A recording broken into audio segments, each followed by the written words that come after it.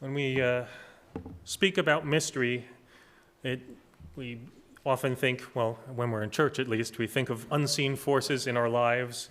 It can be deep spiritual influences. They might be our parents, our pastor, our mentors, or the profound insights of our children, deep and direct connections to other human beings. Still, it's uncomfortable to admit, but often the most powerful influences on our lives might be our childhood television watching, or Disney princess movies, or comic books, or 1,000 other parts of culture that we swim in. That's part of our, part of everything around us. In critical moments, I might struggle to remember a philosophy book that I read, but I will remember all of the lyrics to the advertising jingle that I watched 40 years ago. This media is still a connection to other humans, but it's filtered through producers, editors, test markets, and advertising.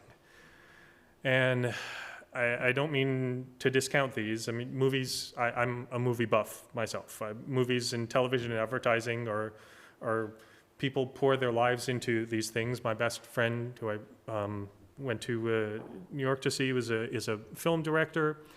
Die Hard is my favorite Christmas movie. And at present, social media can be an even greater influence, especially on the younger generation. These are influences we have, and they're not purely bad things. But in the same way that we should watch what we eat, media is in our heads, so we need to look at who's creating it. And already in the present, and much more so in the future, we are and will be dealing with media created by artificial intelligence.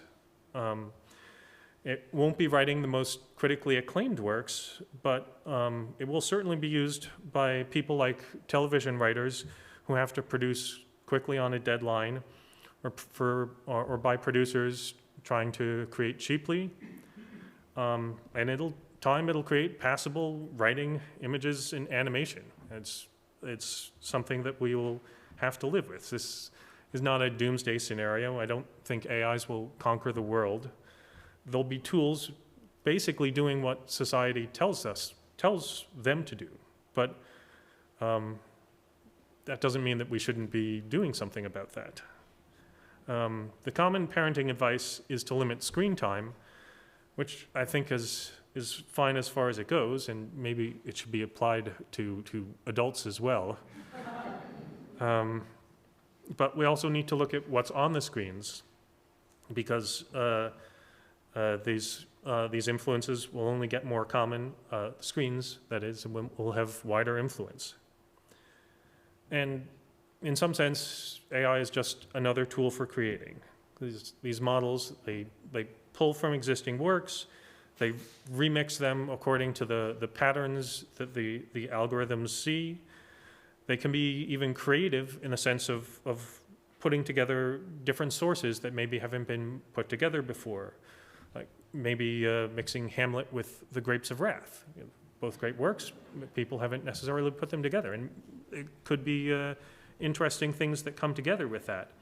But the AIs will also be trained on all of the biases and prejudices that we have in our previous works.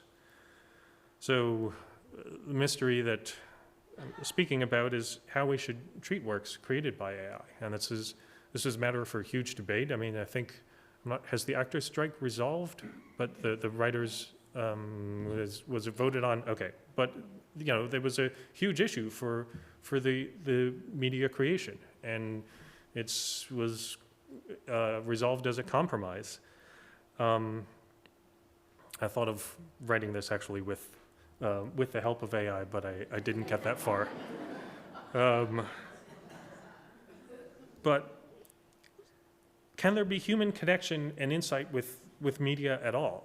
I mean, there are songs that come to me in emotional moments, which are Disney songs or musicals, and these can be created by by AIs. And we can connect to things that are not humans. My uncle-in-law-to-be is spent decades working with chimpanzees that he sees as very human. Many have found meaningful connections with dogs or even cats, as Reverend Brian might disagree about that. I'm a cat person myself, but ultimately, I don't want to speak out against technological innovation. There can be beauty in formulas and mathematical progressions, as we can see from the formulaic harmonies. They're formulaic in the positive sense, right? The harmonies are themselves mathematical arrangements, and classical music is built on these formulas. But you know, as we get more and more complex formulas that come more and more into our lives, it is something that we should think about.